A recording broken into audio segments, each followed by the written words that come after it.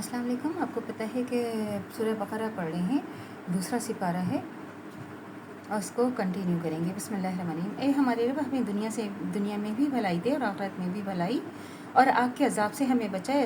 ایسے لوگ اپنی کمائی کے مطابق دونوں جگہ حصہ پائیں گے، اور لوگوں کو حساب چکاتے کچھ دیر نہیں لگتی. گنتی کے چند روز ہیں جو تمہیں اللہ کی یاد میں بسر کرنی چاہیے. پھر جو کوئی جلدی کرے تو 2 ہی دن میں واپس ہو گیا تو کوئی حرج نہیں، اور جو کوئی زیادہ ٹھہر کر پلٹا تو بھی کوئی حرج نہیں، بشرطے کہ یہ دن اس نے تقویٰ کے ساتھ بسر کیے ہوں. اللہ کی نافرمانی سے بچو اور خوب جان رکھو کہ ایک روز جس کے حضور میں تمہاری پیشی ہونے والی ہے. انسانوں میں تو کوئی ایسا ہے جس کی باتیں دنیا کی زندگی میں تمہیں بہت بھلی معلوم ہوتی ہیں، اور اپنی نیک نیتی پر وہ بار بار خدا کو گواہ ٹھہراتے ہیں، مگر حقیقت میں وہ بدترین دشمن حق ہوتا ہے.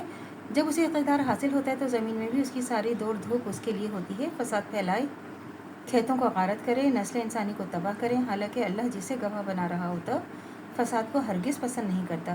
اور جب اس سے کہا جاتا ہے کہ اللہ سے ڈرو تو وہ اپنے وقار کا خیال اس کے گناہ پر جما دیتا ہے. اس شخص کے لیے تو بس جہنم ہی کافی ہے اور بہت برا ٹھکانہ ہے. دوسری طرف انسان ہی میں کوئی ایسا بھی ہے جو رضا الہی کی طلب میں اپنی جان کھو دیتا ہے، اور ایسے بندوں پر اللہ بہت مہربان ہے. ایمان لانے والوں، تم پورے کے پورے اسلام میں آ جاؤ اور شیطان کی پیروی نہ کرو، وہ تمہارا کھلا دشمن ہے.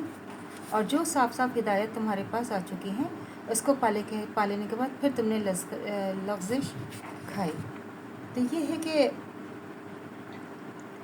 یعنی ایام تشریق میں مینا سے مکہ کے طرف واپسی، خواہ 12 ذی الحج کو ہو یا 13ویں تاریخ کو، دونوں صورتوں میں کوئی حرج نہیں. اصل اہمیت اس کی نہیں کہ تم ٹھہرتے کتنے دن ہو، بلکہ اس بات کی کہ جتنے دن بھی تم ٹھہرے، تم جو ہے ان میں خدا کے ساتھ تمہارا تعلق کا کیا حال رہا. خدا کے ذکر کرتے رہے یا میلوں ٹھیلوں میں لگے رہے.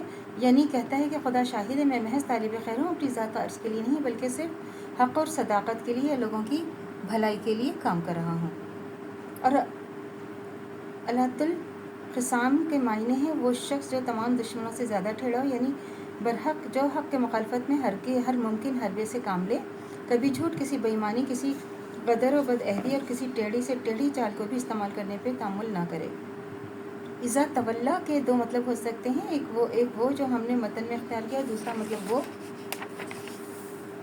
یہ بھی نکلتا ہے کہ مزے مزے کی دل لبھانے والی باتیں بنا کر جب وہ پلٹتا ہے تو عملاً یہ کرتوت دکھاتا ہے.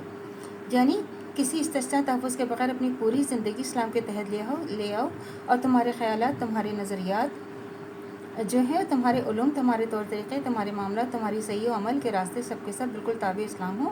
اور ایسا نہ ہو کہ تم اپنی زندگی کو مختلف حصوں میں تقسیم کر کے، یعنی بعض حصوں میں اسلام کی پیروی کرو اور بعض حصوں میں اس کی پیروی سے مستثنا کر لو. تو اللہ سے دعا کرنی چاہیے جو ہمارے ایمان ہے وہ تیروں تو قائم و دائم رہے. خاتمہ بالخیر ایمان پر ہو. اجازت دیجیے.